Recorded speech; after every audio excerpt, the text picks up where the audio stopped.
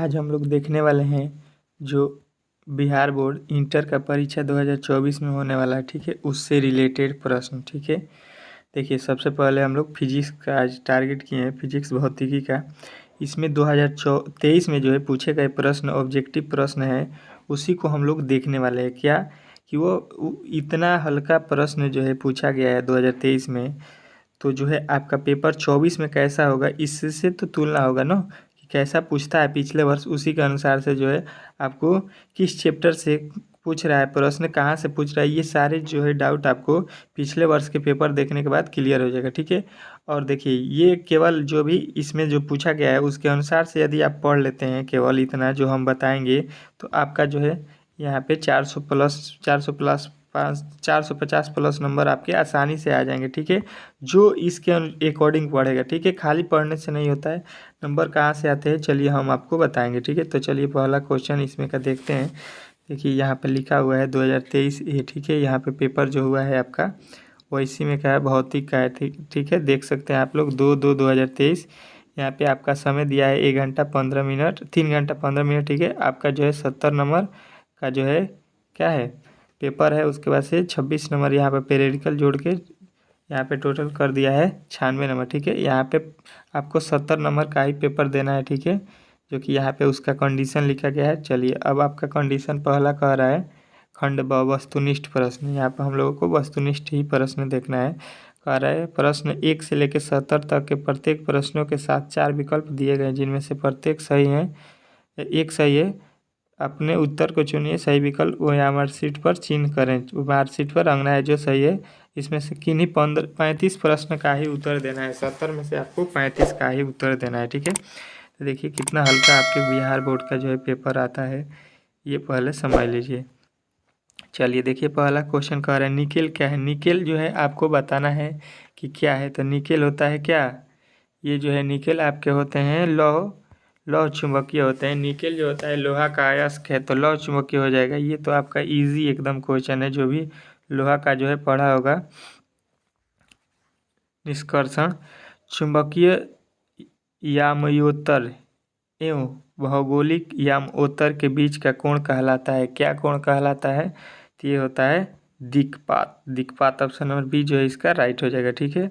अगला क्वेश्चन देखिए आपके सामने आ चुका है। कह रहा है एक उभय उत्तर के प्रत्येक तल की त्रिज्या इतना तथा लेंस के पदार्थ का अपवर्तनांक कितना है। तो लेंस की फोकस दूरी निकालना है, ठीक है। तो ये थ्योरम है, तो इसको जब आप सॉल्व कीजिएगा तो ये आ जाएगा ऑप्शन नंबर सी, यानी 20 सेमी, ठीक है। ऑप्शन नंबर सी जो है 20 सेमी आपका राइट हो जाएगा, ठीक है। अगला क्वेश्चन देखिए आपके सामने चौथा पूछा है एक ही तरंग दैर्ध्य के इलेक्ट्रॉन तथा फोटोन की कौन सी भौतिक राशियाँ समान होती हैं। तो ये इलेक्ट्रॉन और प्रोटॉन की जो है भौतिक राशियाँ समान होती है, कौन होती है ये आपको बताना है। तो देखिए ये कौन होता है, संवेग आपका जो है दोनों में समान होता है, तो ये आपके राइट आंसर हो जाएंगे, ठीक है। बहुत ईजी क्वेश्चन है। देखिए पांचवा, नाभिकीय रिएक्टर में मंदक का कार्य होता है। नाभिकीय रिएक्टर में मंदक का कार्य क्या होता है, ये आपसे पूछा गया है। तो ये क्या कार्य करता है, तो न्यूट्रॉनों की गति मंद कर देता है, मतलब धीमी कर देता है, ठीक है। अगला क्वेश्चन देखिए आपके सामने, कितना इजी प्रश्न पूछा है। पी प्रकार के अर्धगोलकों के लिए अशुद्ध तत्व के रूप में प्रयोग किए जाते हैं। तो कौन प्रयोग किए जाते हैं, तो ये होता है बोरान, जो कि आपके ऑप्शन नंबर ए में ही दिया है, राइट आंसर यही हो जाएगा, ठीक है। चलिए अगला क्वेश्चन देखिए आपके सामने आ चुका है। यहाँ पे आयोडीन का उपयोग किया जाता है। तो आयोडीन का उपयोग किस लिए किया जाता है, इसका मतलब ये है पूछा गया, ठीक है। तो ये दृष्टिकारी के तरह जो है आयोडीन का उपयोग किया जाता है। ऑप्शन नंबर जो है डी आपका राइट हो जाएगा, ठीक है। अगला क्वेश्चन देखिए आपके सामने आ चुका है 8वां, जब प्रकाश स्रोत और पर्दे के बीच की दूरी बढ़ा दिया जाए तो फ्रिंज की चौड़ाई क्या हो जाएगी। तो फ्रिंज की चौड़ाई आपको बताना है क्या हो जाएगा। तो फ्रिंज की चौड़ाई जो है बढ़ जाएगी जब हम लोग उसका जो है बीच की दूरी बढ़ाएंगे पर्दे के, तो ठीक है। आप लोग समझ सकते हैं, ये बहुत इजी क्वेश्चन है। रेडियो सक्रियता का मात्रक होता है, मोस्ट वीवीआई क्वेश्चन है ये एसआई मात्रक के लिए, क्योंकि एसआई मात्रक से क्वेश्चन जो है बिहार बोर्ड में काफ़ी ज़्यादा पूछता है। तो क्यूरी होता है, आपका ऑप्शन नंबर बी जो है राइट हो जाएगा। ठीक है, एसआई मात्रक आप लोग पहला टॉपिक याद रखिएगा कि एसआई मात्रक से आपके तीन क्वेश्चन तो आसानी से बना देगा। ठीक है, निम्नलिखित में से किसकी वेदन क्षमता सबसे अधिक होती है, किसकी वेदन क्षमता जो है अधिक होती है। तो ये बहुत ही इजी क्वेश्चन है, ये सबको मालूम है कि यहाँ पे अल्फा जो है, अल्फा बीटा है, गामा है, सॉरी गामा का जो है ऑप्शन नंबर सी, गामा जो है किरणें सबसे अधिक होती है। ठीक है, इसका क्षमता जो है सबसे अधिक होता है गामा का। ठीक है, अगला क्वेश्चन देखिए आपके सामने आ चुका है। यहाँ पे टीवी प्रसारण के लिए किस आवृत्ति प्रसारण का उपयोग किया जाता है, टीवी के लिए किस प्रसारण का उपयोग किया जाता है बताइए। कितना इजी क्वेश्चन है कि 30 से लेके 300 MHz तक। ठीक है, अगला क्वेश्चन देखिए आपके सामने आ चुका है 12, किसी भी प्रिज्म की वर्ण विक्षेपण क्षमता निर्भर करती है। तो प्रिज्म की वर्ण विक्षेपण क्षमता किस पर निर्भर करती है, तो ये करता है प्रिज्म के पदार्थ की प्रवृत्ति पर। क्या इसमें क्वेश्चन में दम है बताइए। अगला क्वेश्चन कह रहा है आपके सामने 13, लेजर क्रिया के लिए आवश्यक है, लेजर क्रिया के लिए क्या आवश्यक है, तो ये आपको याद रखना है संख्या परिवर्तन आवश्यक है। ठीक है, अगला क्वेश्चन देखिए आपके सामने आ चुका है 14, प्रकाश अनुप्रस्थ तरंग है क्योंकि यह प्रदर्शित करता है, क्या प्रदर्शित करता है, तो ये आप लोग बता दीजिएगा, ध्रुवण प्रदर्शित करता है। ठीक है, ऑप्शन नंबर बी जो है इसका राइट हो जाएगा। ठीक है, अगला क्वेश्चन देखिए आपके सामने, जब किसी कुंडली में धारा इतना में 5A से 2A में परिवर्तन हो जाता है तो 50 वोल्ट का औसत वोल्टेज उत्पन्न करता है, कुंडली का स्वप्रेरकत्व क्या हो जाएगा। तो यहाँ पे 15 का जो है राइट आंसर हो जाएगा आपका ऑप्शन नंबर ए 1.67 हेनरी। ठीक है, अगला क्वेश्चन देखिए आपके सामने आ चुका है 16, द्वितीय तरंगिकाओं की अवधारणा किसके द्वारा हुई थी, तो ये किसके द्वारा हुई थी ये आपको बताना है। ठीक है, तो ये जो है किसके द्वारा हुआ था, तो हाइगेंस के द्वारा हुआ था। हाइगेंस जो है एक वैज्ञानिक है, उन्हीं के द्वारा हुआ था। ऑप्शन नंबर जो है सी आप लोग याद रखिएगा। 17, फोटो इलेक्ट्रिक प्रभाव में प्रकाश विद्युत धारा स्वतंत्र है, तो किसमें स्वतंत्र है, तो आप लोग बता दीजिएगा कि ये आपतित प्रकाश की आवृत्ति से स्वतंत्र है। ठीक है, अगला क्वेश्चन देखिए आपके सामने आ चुका है, कह रहा है दृश्य स्पेक्ट्रम में तरंगों के किसका अधिक तरंगदैर्घ्य होता है, ये बताइए। कितना इजी क्वेश्चन है, बैगनी का सबसे अधिक होता है, ये सबको मालूम है। अगला क्वेश्चन देखिए, किसी परमाणु का नाभिक बना होता है, किसी भी परमाणु का नाभिक जो है बना होता है किससे, तो प्रोटॉन और न्यूट्रॉन से। ठीक है, और इलेक्ट्रॉन जो होते हैं उसके बाहरी होते हैं। ठीक है, नाभिक में प्रोटॉन और न्यूट्रॉन होते हैं, ये तो सबको मालूम ही होगा।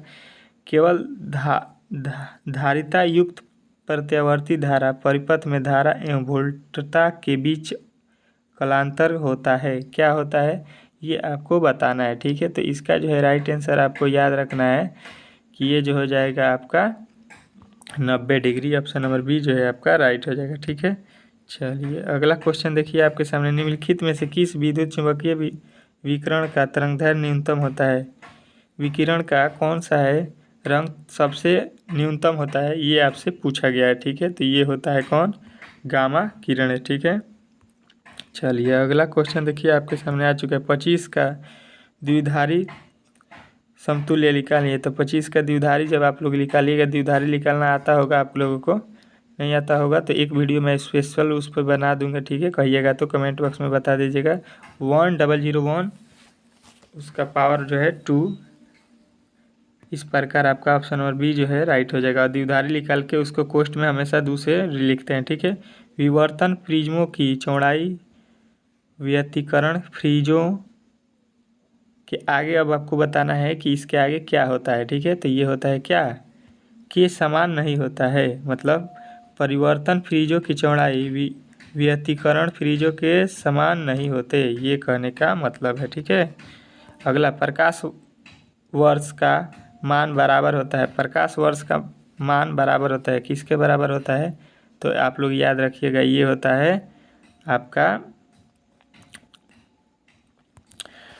हो जाएगा 9.46 गुणे 10⁻⁻15 मीटर, मतलब मीटर। ठीक है, अगला क्वेश्चन देखिए आपके सामने आ चुका है, कह रहा है 25, जब किसी एमीटर को शंट किया जाता है तो परिपथ का कुल प्रतिरोध क्या हो जाएगा? तो परिपथ का कुल प्रतिरोध घट जाएगा। आपका ऑप्शन नंबर बी जो है राइट हो जाएगा। ठीक है, अगला क्वेश्चन देखिए, थोड़ा तेजी में करते हैं। यदि साइक्लोट्रॉन में अवशेषित कण का आवर्तकाल टी तथा महत्तम चाल भी हो तो क्या सूत्र बनता है इससे? इसका मतलब ये है, तो इसका सूत्र बनता है टी समानुपाती वी स्क्वायर। ठीक है, अगला क्वेश्चन देखिए आपके सामने आ चुका है। कह रहा है 28 वांडी ग्राफ जनित्र एक ऐसी विद्युत स्थैतिक युक्ति है जिसमें उत्पन्न होता है, क्या उत्पन्न होता है? तो ये आप लोग याद रखिएगा कि इसमें जो उत्पन्न होता है वो होता है आपका जो इसमें उत्पन्न होता है वो होता है आपके ऑप्शन नंबर बी, केवल उच्च वोल्टेज का। ठीक है, यहाँ पे आपका एक क्वेश्चन छूट गया है, यहाँ पे पहले देख लीजिए। यहाँ पे एक 26 नंबर क्वेश्चन हमने नहीं किया। किसी अर्धचालक का तापमान गुणांक का मान होता है, कितना होता है? तो ये आप लोग याद रखिएगा कि इसका होता है ऋणात्मक। किसी भी अर्धचालक के तापमान गुणांक क्या होता है? ऋणात्मक होता है। ठीक है, चलिए अगला क्वेश्चन देखिए आपके सामने आ चुका है। यहाँ पे देखिए एक और एसआई मात्रक हमने पहले ही किया, परावैद्युत का एसआई मात्रक दूसरा हो गया इसमें क्वेश्चन। इसका एसआई मात्रक आपको क्या हो जाएगा? तो ये हो जाएगा आपका C² n⁻⁻1 m⁻⁻2, यही आपका एसआई मात्रक हो जाएगा। ठीक है, एसआई मात्रक से क्वेश्चन पूछता ही पूछता है। देखिए आवेशित संधारिता का कुल आवेश कितना होता है? तो आप लोग याद रखिएगा कि ये होता है 0। आपके ऑप्शन नंबर ए जो है आपका राइट हो जाएगा। ठीक है, अगला क्वेश्चन देखिए आपके सामने 31 चालक के अंदर इलेक्ट्रॉन की गति होती है। चालक के अंदर जो है इलेक्ट्रॉन की गति क्या होती है? तो आप लोग बता दीजिएगा कि चालक के अंदर इलेक्ट्रॉन की गति त्वरित होती है। ऑप्शन नंबर जो है आपका बी राइट हो जाएगा। ठीक है, अगला क्वेश्चन देखिए आपके सामने आ चुका है। वायु में स्थित स्थिर इकाई धन आवेश से निकलने वाली संपूर्ण विद्युत फलक का मान होता है, क्या होता है विद्युत फलक का मान? तो ये होता है e⁻⁻1। ठीक है, अगला क्वेश्चन देखिए आपके सामने आ चुका है। कह रहा है प्रति इकाई आवेश पर लगने वाले बल को कहते हैं, प्रति इकाई आवेश पर लगने वाले बल को हम लोग क्या कहते हैं? तो ये कहते हैं आप लोग विद्युत क्षेत्र। ठीक है, ऑप्शन नंबर सी जो है इसका राइट हो जाएगा। ठीक है, अगला क्वेश्चन देखिए, आवेश का परिणामीकरण दर्शाता है। आवेश का परिणामीकरण दर्शाता है, क्या दर्शाता है? तो ये दर्शाता है कि एक कण पर न्यूनतम अनुमेय आवेश होता है। ठीक है, चलिए अगला क्वेश्चन देखिए आपके सामने कह रहा है विद्युत क्षेत्र रेखाएं से जानकारी प्राप्त होती है। विद्युत क्षेत्र रेखाएं से कौन सी जानकारी प्राप्त होती है? तो आप लोग बता दीजिएगा कि आपका क्षेत्र की दिशा प्राप्त होता है। ठीक है, क्षेत्र की शक्ति प्राप्त होती है, दिशा या शक्ति। देखिए अगला क्वेश्चन 36 एक रेडियो समस्थानिक, यहाँ पे BI का पावर इतना दिया है, मतलब इसका जो है परमाणु भार की अर्धवायु 5 दिन है। 20 दिनों के बाद दिए गए नाभिक में अविघटित अंक होंगे, कितना अविघटित अंक होंगे ये आपको पूछा गया है। ठीक है, तो इसका जो है राइट आंसर क्या हो जाएगा आपका? तो ये हो जाएगा 1/16 हो जाएगा। ठीक है, अगला क्वेश्चन चलिए देखिए आपके सामने आ चुका है। 37 का दो आवेशों के बीच विद्युत बल एवं गुरुत्वीय बलों के अनुपात निम्नलिखित में से किस रूप में होता है? ये किस रूप में होता है ये आपसे पूछा गया है। ठीक है, तो ये किस रूप में होता है? तो ये होता है, आप लोग याद रखिएगा कि 10⁻39। ठीक है, ऑप्शन नंबर बी जो है आपका राइट हो जाएगा। अगला देखिए क्वेश्चन आपके सामने, दो आवेश Q को मिलाने वाली रेखा के बीच में एक आवेश Q रखा जाता है तो आवेश के स्थान पे समतुल्य के लिए Q का मान होगा। तो Q का मान क्या हो जाएगा?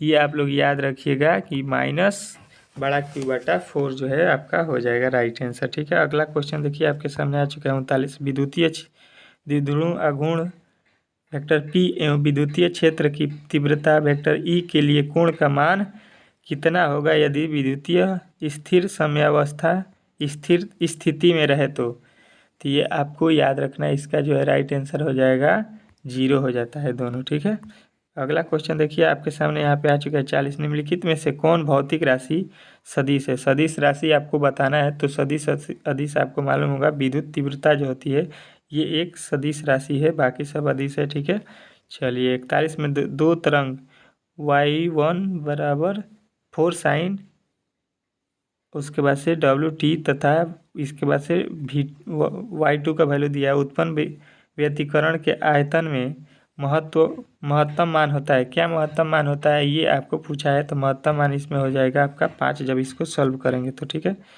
चलिए अगला क्वेश्चन देखिए आपके सामने आ चुका है। परिनालिका में चुंबकीय ऊर्जा का घनत्व सूत्र क्या होता है? तो इसका घनत्व सूत्र होता है B/2 μ0। ठीक है, आपका ऑप्शन नंबर बी जो है राइट हो जाएगा। ठीक है, अगला क्वेश्चन देखिए। दो विद्युतीय आवेशों के बीच लगने वाले बल को नियंत्रित करने वाले नियम को क्या कहते हैं? तो इस नियम को हम लोग क्या कहते हैं?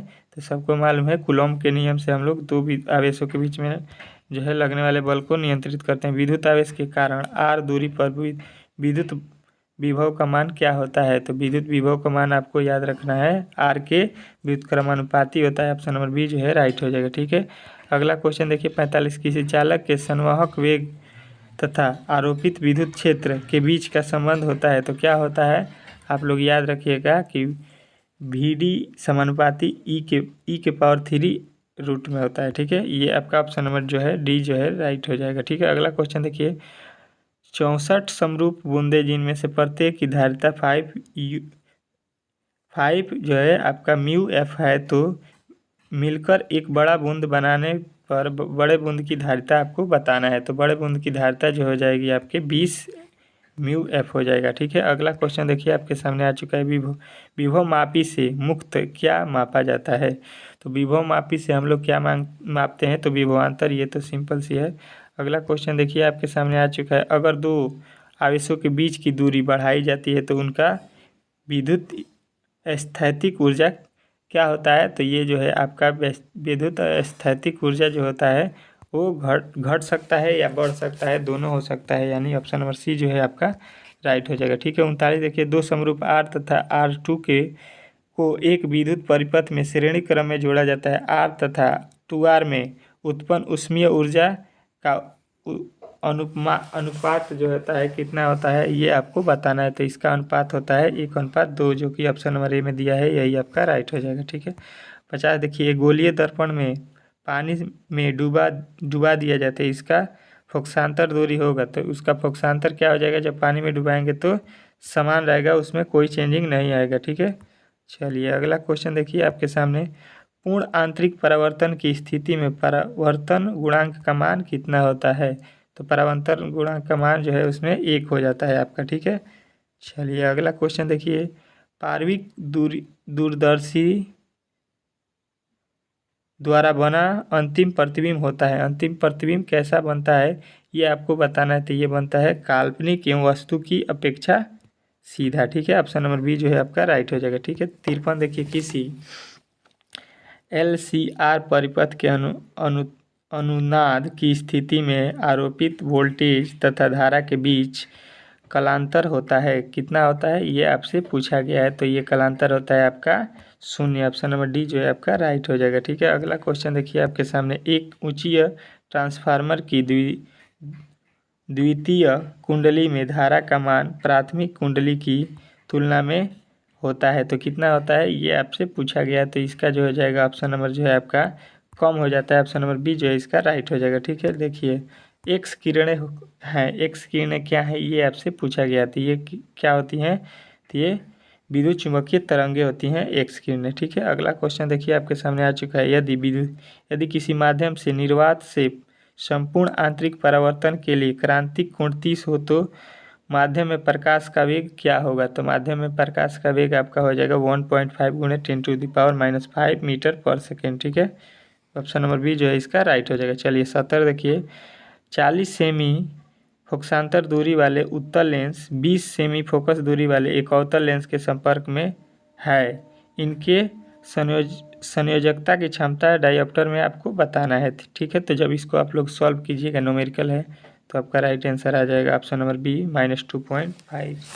ठीक है, चलिए अवतल में हमेशा माइनस में होता है, ये तो मालूम है आपको।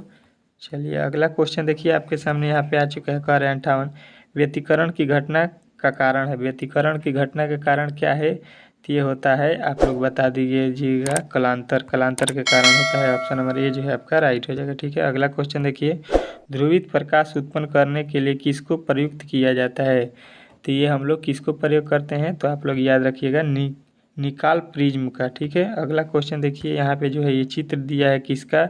प्रतीक है, यहाँ पे जो चित्र बना है वो किसका प्रतीक है, ये आपसे पूछा है। तो ये ट्रांजिस्टर का है। ट्रांजिस्टर जो है बना होता है उसी में ये फिगर जो है आपको इसी प्रकार होता है। तो ये इसका नाम भी धर दिया गया ट्रांजिस्टर। ट्रांजिस्टर के परिवर्तन गुणांक की इकाई क्या होती है, मतलब उसका जो है मात्रक क्या होता है, ये आपसे अब पूछ दिया है। तो इसका मात्रक क्या होता है आप लोग याद रखिएगा। यहाँ पे क्या होता है, तो यहाँ पे होता है उसका जो है, इनमें कोई नहीं, ठीक है।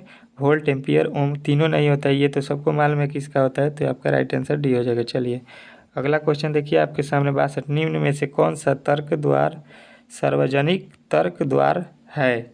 तो सार्वजनिक तर्क द्वार कौन है, तो आप लोग याद रखिएगा NAND।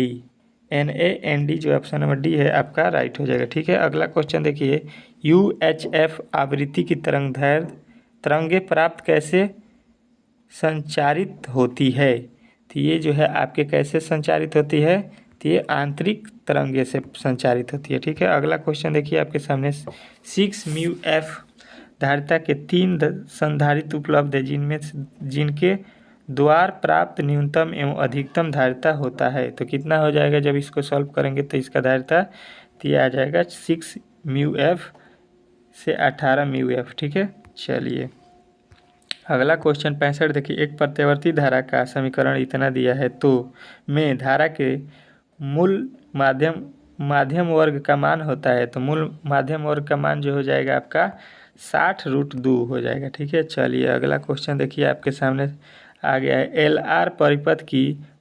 प्रतिबाधा होती है। तो इसका प्रतिबाधा क्या होता है, तो आप लोग याद रखिएगा √R² प्लस ω² प्लस L², ठीक है। आपका ऑप्शन नंबर जो है डी राइट हो जाएगा। अगला क्वेश्चन देखिए 67, एक अब वृत्तीय धारावाही लूप की त्रिज्या दुगुनी तथा धारा आधी कर दी जाए तो इसका चुंबकीय आघूर्ण क्या हो जाएगा। तो इसका जो है चुंबकीय आघूर्ण हो जाएगा दुगुना। ऑप्शन नंबर बी जो है आपको याद रखना है, ठीक है। अगला क्वेश्चन देखिए आपके सामने आ चुका है 68, एक चुक कुंडली का स्वप्रेरकत्व तो 5 हेनरी है, इसमें वहती धारा इतना सेंटीमीटर की दर से बढ़ जाती है तो चुक कुंडली का प्रेरित विद्युत वाहक बल क्या होगा। तो इसमें प्रेरित विद्युत वाहक बल -10 वोल्टेज हो जाएगा, ठीक है। चलिए अगला क्वेश्चन देखिए, कार्य पृथ्वी का चुंबकीय आघूर्ण कितना होता है। मोस्ट VVI क्वेश्चन है ये, फिर भी पूछ सकता है, ठीक है। तो आप लोग याद रखिएगा 8.0 × 10⁻22 J T⁻⁻1 होता है, ठीक है।